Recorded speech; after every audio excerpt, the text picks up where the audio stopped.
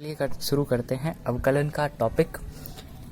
अवकलन में आपने अब तक समझा कि अवकलन क्या होता है। मैथमेटिकल लैंग्वेज में अवकलन किसे कहते हैं, अवकलन का मीन नॉर्मल लैंग्वेज में भी मैंने आपको बता दिया था और इसी के साथ साथ मैथमेटिकल लैंग्वेज में भी आपको डिफाइन कर दिया था। अब चलिए शुरू करते हैं अवकलन जो हमें बुक में एक्सरसाइजेस में पढ़ना है। तो सबसे पहले हमें अवकलन पढ़ने के लिए चर राशियाँ और अचर राशियों को समझने की ज़रूरत थी, जो कि हम समझ चुके हैं। अब शुरू करते हैं। तो चलिए सबसे पहला पार्ट या इसको पहला नोट करके शुरू कर सकते हैं। नोट नंबर फर्स्ट है अचर राशियों के ऊपर। अचर राशियों के ऊपर यानी अचर राशियों का हम अवकलन किस तरीके से करेंगे, आइए सबसे पहले हम समझते हैं अचर राशियों का अवकलन। Differentiation of constant number. तो हम कोई भी अचर राशि लेते हैं, एग्जाम्पल के लिए मान के चलिए हमने 75 ले लिया है। 75 कांस्टेंट वैल्यू है क्योंकि 75 का मतलब 75 एक फिक्स नंबर होता है। तो आप लोगों को ध्यान रखना है कि जब हम कांस्टेंट नंबर का डिफरेंशिएशन करेंगे, हम x के सापेक्ष कर रहे हैं इसका डिफरेंशिएशन, तो d x 75 यानी 75 का डिफरेंशिएशन हमेशा 0 होगा। इस तरीके से सारे ही कांस्टेंट का आपको ये ध्यान रखना है कि हमेशा सारे कांस्टेंट का डिफरेंशिएशन 0 होता है, यानी उनका कोई डिफरेंशिएशन नहीं होता। अगर अकेला कोई भी अचर लिखा हुआ है तो उसका डिफरेंशिएशन हमेशा 0 होगा। फॉर एग्जाम्पल पाई ले लेते हैं। पाई भी एक अचर राशि है क्योंकि पाई का अपना एक फिक्स मान होता है। तो अगर पाई का डिफरेंशिएशन करेंगे तो भी 0 ही आएगा। इस तरीके से कोई भी किसी भी तरीके का कांस्टेंट नंबर, फॉर एग्जाम्पल 210, तो इसका 0। इसी तरीके से 2, 3, 4, 5 से लेके 10 अगर कोई भी नंबर कांस्टेंट नंबर अगर अकेला लिखा हुआ है तो उसका डिफरेंशिएशन 0 हो जाएगा। इसके लिए कुछ और भी एग्जाम्पल जैसे मान के चलिए जो आपको करने हैं। एग्जाम्पल 25, 75 to 23, इन सबका आपको खुद से लगा के देखना है। हालांकि 0 होता है लेकिन फिर भी।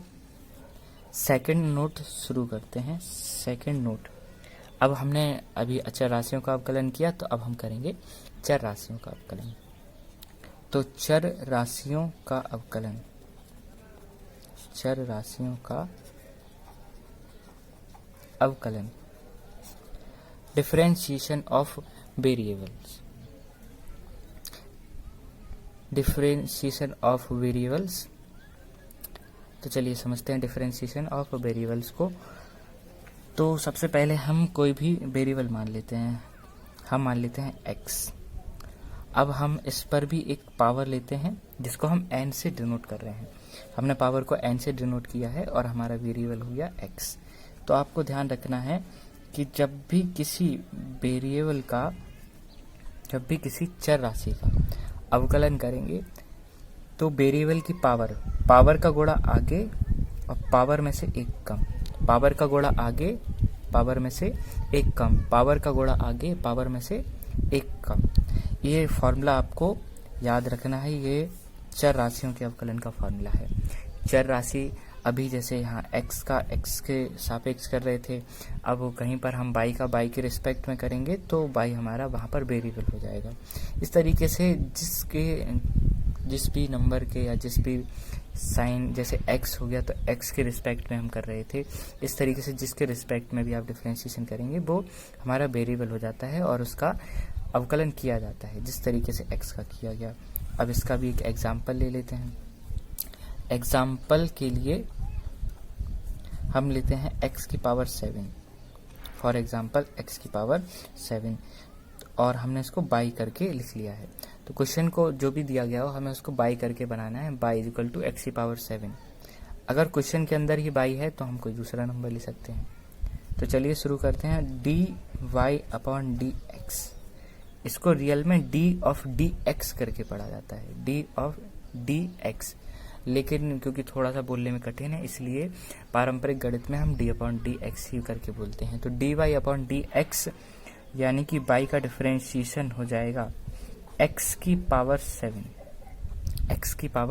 7 का डिफरेंशिएशन। अब देखिए फॉर्मूले के अकॉर्डिंग क्या है, फॉर्मूले के अकॉर्डिंग हमारा x की पावर 7, यहाँ पर x की पावर n है और यहाँ पर x की पावर 7 है। फॉर्मूले के अकॉर्डिंग पावर का गुणा आगे और पावर में से एक कम, पावर का गुणा आगे पावर में से एक कम, तो 7 का गुणा आगे और 7 में से एक कम, ये डिफरेंशिएशन हो गया x की पावर 7। ठीक, एक और एग्जांपल देखते हैं। एग्जाम्पल नंबर दूसरा देखिए, एग्जाम्पल नंबर दूसरा हम क्वेश्चन ले रहे हैं 7/22 और इनटू में x की पावर पाई। अब आप कहेंगे 7/22 तो कांस्टेंट है तो 0 हो जाना चाहिए। अगर कांस्टेंट अकेला हो तो उसका अवकलन 0 हो जाता है, बट यदि हमारा कांस्टेंट वेरिएबल के साथ में गुणे में या भाग में लिखा हो, यानी गुणे या भाग में से किसी में भी फॉर्मेट में हो, तो फिर उसका डिफरेंशिएशन 0 नहीं होगा। हम उसे एज इट इज गुणे के रूप में ही या भाग के रूप में हो तो भाग के रूप में ही लिखते हुए क्वेश्चन को आगे बढ़ाते हैं। अब देखिए यहाँ पर समझिए, हम 7/22 को एज इट इज लिखे चलेंगे जिस तरीके से हमारा क्वेश्चन चल रहा है। अब हम देखते हैं x की पावर पाई, तो हमें कांस्टेंट को एज इट इज ही लेके चलना है, वेरिएबल का बस हम क्या करेंगे, डिफरेंशिएशन करते चलेंगे। तो वेरिएबल में x की पावर पाई का हम डिफरेंशिएशन देखते हैं। फॉर्मूले के अकॉर्डिंग हमें पता है कि पावर का गुणा आगे और पावर में से एक कम कर दिया जाता है। तो हमें पता है कि हम x की पावर में पाई है तो हम पाई का गुणा आगे कर देते हैं और पाई में से एक घटा देंगे। हम यहाँ साइड में जो भी एक्स्ट्रा चीज़ें या फार्मूला वगैरह आपको लिखनी होती हैं, यहाँ साइड में आप एक ब्रैकेट लगाकर ऐसे लिख सकते हैं। तो पाई में से एक घटाना है तो पाई की वैल्यू हमें मालूम है 22/7 होती है और 22/7 में से एक हमें माइनस करना है। तो 22 - 7 एलसीएम लेकर करेंगे तो ये हो जाएगा हमारा 15/7। 15/7 22, 15 में से यानी 22 में से 7 गए तो 15/7। अब यहाँ पर देखिए 7/22 एज इट चलेगा। पाई की हम वैल्यू रख देते हैं 22/7 इंटू एक्स की पावर पाई -1 की वैल्यू देखिए हमने निकाल दी है, ये आई है 15/7। तो 15/7 यहाँ पर हमने इसका मान रख दिया। 22 से 22 और 7 से 7 कैंसिल, तो हमारा जो नेट आंसर आया वो आया x की पावर 15/7। ये हमारा आंसर है। इस तरीके से आपके लिए भी कुछ एग्जाम्पल। पहला एग्जाम्पल x की पावर 11, दूसरा एग्जाम्पल 2x3, तीसरा example ax² plus bx plus c। थोड़ा सा बड़ा हो गया लेकिन आप इसको आसानी से कर सकते हैं। देखिए इसको मैं करके दिखा देता हूँ तीसरे वाले एग्जाम्पल को। ax² में हमारा a कांस्टेंट होगा और x² का आप फॉर्मूले को देख के बता सकते हैं 2x इसका डिफरेंशिएशन होगा b इंटू एक्स। अब देखिए x के ऊपर कुछ नहीं है तो पावर हम 1 मान लेते हैं और जब इसके अकॉर्डिंग करेंगे तो 1 का गुणा आगे 1 में से बन जाएगा तो 0। तो अगर x की पावर 0 हो गई तो हमें पता है कि जिसकी पावर भी 0 हो जाए उसकी वैल्यू 1 होती है। तो इस तरीके से x का डिफरेंशिएशन, आपको ध्यान रखना है कि x का डिफरेंशिएशन हमेशा 1 होता है, x का डिफरेंशिएशन 1। ठीक, ओके। और c क्योंकि हमारा अकेला कांस्टेंट है तो ये 0 हो जाएगा। हमारा आंसर होगा finally 2ax plus b। 2ax plus b हमारा आंसर होगा। तो चलिए दोस्तों अब आगे बढ़ते हैं। जो हमारा नोट नंबर 3 है तो उसमें हम जब चर राशियां गुणनफल रूप में होती हैं और इसके बाद जो हमारा नोट नंबर 4 आएगा तो उसमें चर राशियां भागफल रूप में हो जाती हैं, भिन्न रूप में होती हैं। लेकिन इन डिफरेंशिएशन को समझने के पहले हमें कुछ फॉर्मूले हैं जो हमें अच्छी तरीके से सीखने होंगे, जानने होंगे। तो जैसा कि एक फॉर्मूला तो मैं आपको बता चुका हूँ कि x की पावर n जो सबसे इम्पोर्टेंट फॉर्मूला है इस चैप्टर का, इसका डिफरेंशिएशन होता है n इंटू एक्स की पावर n माइनस बन करके। कुछ ट्रिग्नोमेट्रिकल फॉर्मूले हम पहले पढ़ लेते हैं, इसके अलावा भी बहुत से फॉर्मूले हैं जिनको हमें पढ़ना बाकी है। तो सबसे पहले कुछ ट्रिग्नोमेट्रिकल फॉर्मूले। ट्रिग्नोमेट्रिकल फॉर्मूले में सबसे पहला आ जाता है साइन एक्स। जी हाँ दोस्तों, साइन एक्स। साइन एक्स का डिफरेंशिएशन होता है कॉस एक्स। Cos x. इसी तरीके से कॉस एक्स का होता है d upon d x, cos x का साइन एक्स, बट माइनस में। इसका साइन माइनस में मिलेगा। इसकी भी एक ट्रिक अभी मैं बताऊंगा, इसको आपको कैसे याद रखना है। D upon d x tan x. Tan x का डिफरेंशिएशन होता है sec square x. Tan x के बाद में कॉसेक एक्स।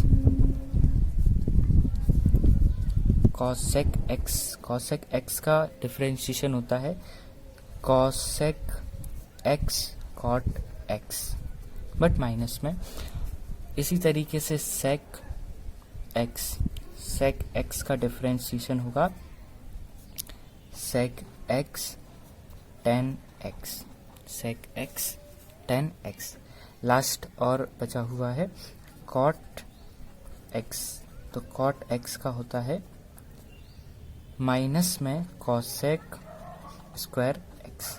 अब देखिए इसको आप याद कैसे रखेंगे, इन सभी में किस में माइनस आता है किस में प्लस। तो आपको एक बात याद रखनी है कि जिसके फॉर्मूले में स्टार्टिंग में सी आ रहा है, जैसे कॉस में सी आता है तो उसका फॉर्मूला माइनस में, और कॉसेक एक्स में स्टार्टिंग में सी आता है तो उसका फॉर्मूला माइनस में। इसी तरीके से कॉट एक्स में स्टार्टिंग में सी आता है तो उसका फॉर्मूला माइनस में। अवकलन में सारे फॉर्मूले इसी तरीके से हैं, चाहे वो ट्रिग्नोमेट्रिकल के हों चाहे इन्वर्स ट्रिग्नोमेट्रिकल के हों। जिसका भी फॉर्मूला, जिसका भी नाम शुरू होता है सी से, उसका आंसर माइनस मिलेगा, जैसे कॉस, कॉसेक और कॉट के साथ होता है।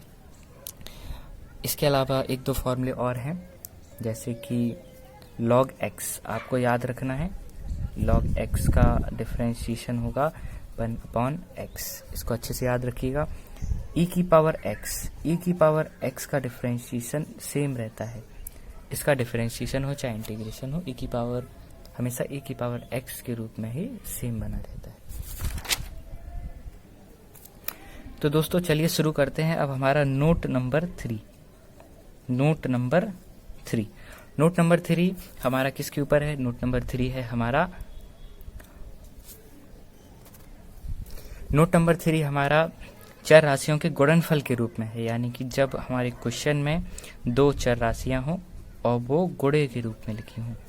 एक एग्जाम्पल के थ्रू समझिए। एक क्वेश्चन है x इंटू साइन एक्स का x के सापेक्ष डिफरेंशिएशन कीजिए, x के सापेक्ष अवकलन कीजिए, x इंटू साइन एक्स।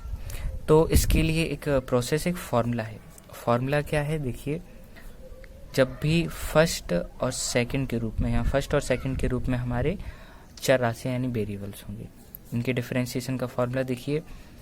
हम सबसे पहले जो भी हमारा कांस्टेंट है उसका डिफरेंशिएशन करेंगे, दूसरे का गुणा सेकंड का गुणा कराएंगे, प्लस दूसरे का डिफरेंशिएशन पहले का गुणा। इसको आपको याद रखना है अच्छी तरीके से। ये पूरा फॉर्मूला है। प्रथम चर, इसको हम अच्छे से अगर लिखें फुल फॉर्मेट में, तो प्रथम चर गुणे में दूसरा चर, इस तरीके से अगर ये दोनों गुणे में हैं तो हम पहले डिफरेंशिएशन करेंगे प्रथम और दूसरे का गुणा कराएंगे, प्लस का चिन्ह, फिर हम दूसरे का करेंगे डिफरेंशिएशन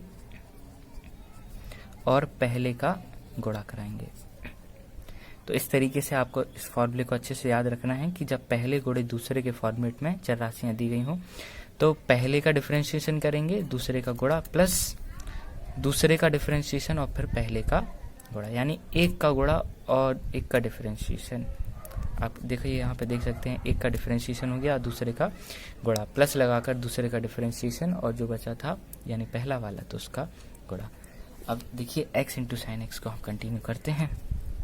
तो x में हम x को पहला और साइन x को हम दूसरा डिफरेंशिएशन करने के लिए वेरिएबल मान लेते हैं। आप किसी को भी पहला किसी को भी दूसरा मान सकते हैं अपनी सुविधा अनुसार। चलिए इसको सॉल्व करते हैं। तो x को पहला माना तो मैंने बताया कि सबसे पहले तो x का डिफरेंशिएशन होगा। तो सबसे पहले x का डिफरेंशिएशन होगा, तो हम पहले पढ़ चुके हैं कि x का डिफरेंशिएशन होता है 1। दूसरे का गुणा, तो दूसरे का गुणा यानी साइन x का गुणा, प्लस का चिन्ह और फिर दूसरे का डिफरेंशिएशन। तो देखिए साइन x का डिफरेंशिएशन हमें यहाँ करना होगा साइन x का, और मैंने बताया है साइन x का डिफरेंशिएशन होता है cos x। तो यहाँ पर हम cos x लिख देते हैं और पहले का गुणा, यानी कि पहला हमारा जो वेरिएबल है उसका हम गुणा करेंगे। पहला वेरिएबल हमारा x है।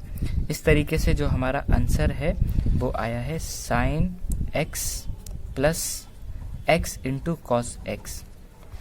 ट्रिग्नोमेट्रिकल फॉर्म और अगर कोई वेरिएबल फॉर्म में लिखा हो यानी एलजेब्रिक फॉर्म में लिखा हो तो एलजेब्रिक फॉर्मेट को हम सबसे पहले लिखते हैं, इसलिए यहाँ हमने x को पहले लिख दिया है और ट्रिग्नोमेट्रिकल को हम एलजेब्रिक के बाद में लिखते हैं, तो कॉस को फिर बाद में लिख दिया है। इसका एक रीज़न ये है कि कई बार क्वेश्चन को करते समय कन्फ्यूज़न हो जाती है ना, इस वजह से हम एलजेब्रिक फॉर्म को सबसे पहले रखते हैं। अब देखिए इसी को देखते हुए आपको कुछ एग्जाम्पल हैं जो सॉल्व करने हैं। तो आपके लिए कुछ क्वेश्चन है। पहला question sine x into cos x, sine x into cos x. इसको एक करने का तरीका भी है कि आप ऊपर नीचे 2 से गुणा करा दें और फॉर्मूले कन्वर्ट करके सीधे कर दें, लेकिन अभी उसको सीखने के लिए एक वीडियो और बनाएंगे, उसमें हमें दोबारा अवकलन करना होता है, यानी साइन 2x का कैसे करेंगे। खैर आपको भी इसी फॉर्मेट से करना है। Second question x cube into 10x, x cube into 10x। Question number 3 10x into x की पावर 7। इजी से क्वेश्चन है। अगर शुरुआत में आपने इस क्वेश्चन को अच्छे से लगा दिए तो आपके फॉर्मेट क्लियर करते चलेंगे। इसके बाद हम और भी टफ क्वेश्चन लगाना शुरू करेंगे। यहाँ पे आपको धीरे धीरे लेवल हम बढ़ाते चलना है। तो साइन x इंटू एक्स की पावर